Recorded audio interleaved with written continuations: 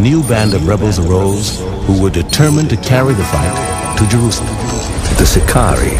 To the Sicarii, anyone who wasn't fighting the Romans was a collaborator and worthy of death. Many were slain every day, and the fear men were in was worse than the calamity itself.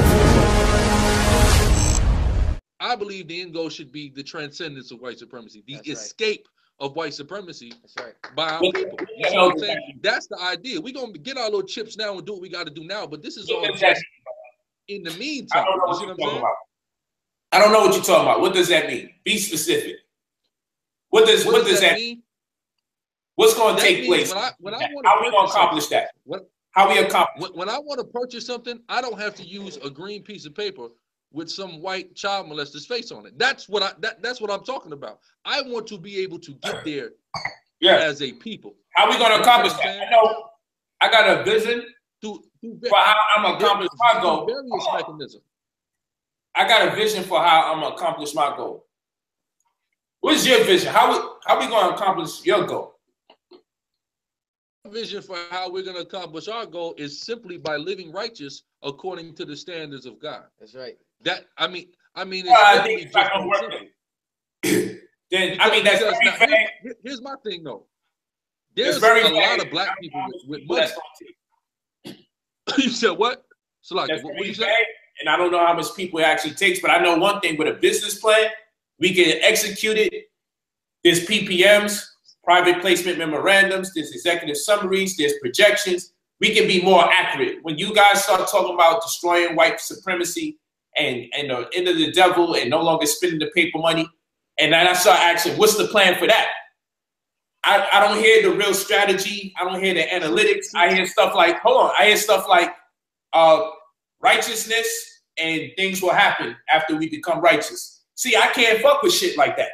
Part of my language. I just don't know how to respond to that because my brain don't function under those conditions where people could just tell me righteousness is going to change the situation.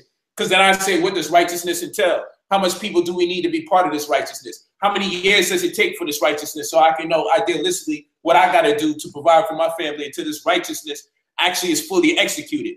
I have no idea what you're talking about. But if we come up with business, then we can start talking about executive summaries and private placement memorandums or ad hocs or one-offs for people to work for us, but kind of like in an internship. Now I got a vision for what we can do and how we can do it. Are we talking about business structures? Are we talking about a type B private gift company, S Corp? Are we talking about LLC? Are we talking about trust or irrevocable trust? Is it endowment fund? Then I know we got strategy. I can actually give you specifics, and then you can use that as a barometer to gauge if this can be a short-term goal or a long-term goal. Is this a startup company? Are we going to invest in a company that already exists? Is this tech? Tech moves very fast. Be careful if you invest in tech because tech is always changing. Is it real estate? What's the gross domestic product of the United States in retrospect to where they make the most monies from their gross domestic product being namely real estate? See, I don't know. Once we start saying words like righteousness is going to change things and overthrow white supremacy, it gets very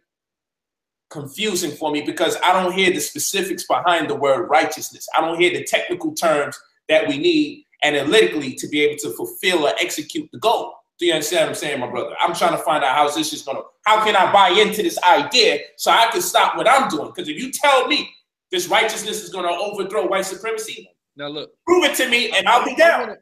I want to quantify and I want to clarify what I mean by righteousness so it's not just this ambiguous term that you are objecting to, and I agree. We have to be very specific, and we have to deal with the details of what it means to be righteous. So if you could, get that from me.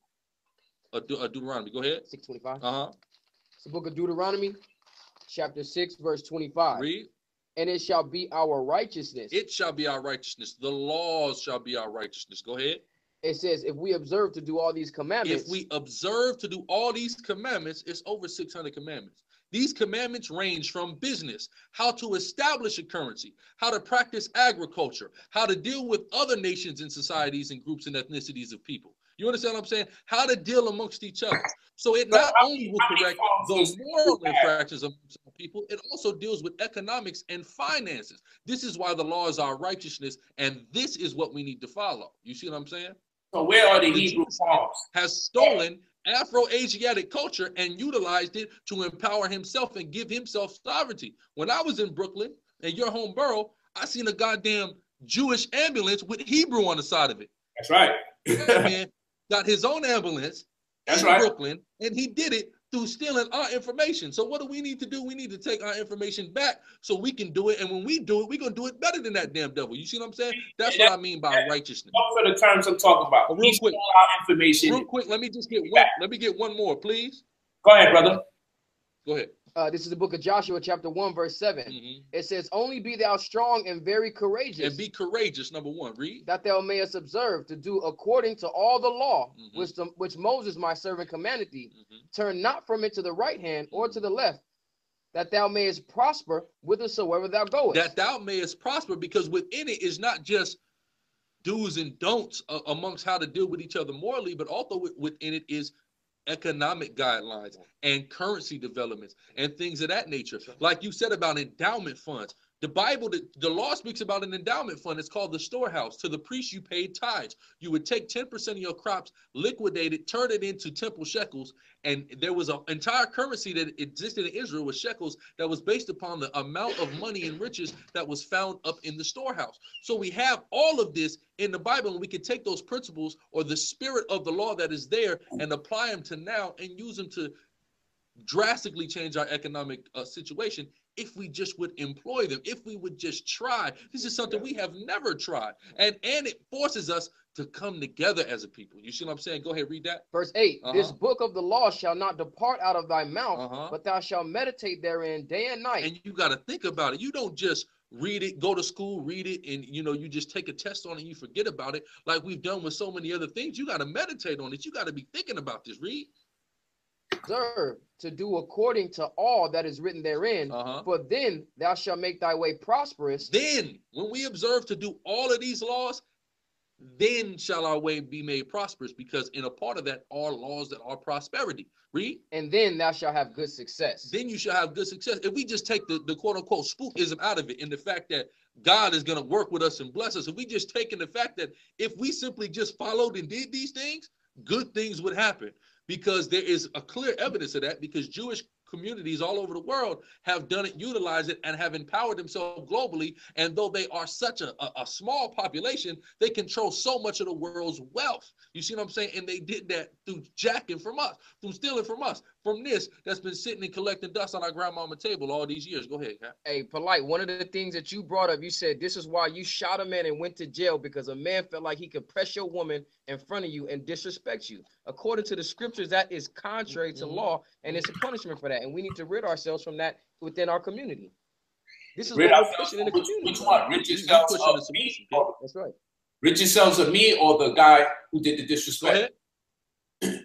You said no. The law is against the guy that did the disrespect. Because Yahweh Shah taught us what? He said, if you look at another man's wife and you have the thought of that lust, you have committed that act that you wanted to do anyway, rendering you what? Worthy of that punishment, which would be death. You understand what I'm saying? Because that's one of the things that you said you were trying to escape from the community. That's things that you could not tolerate in the community.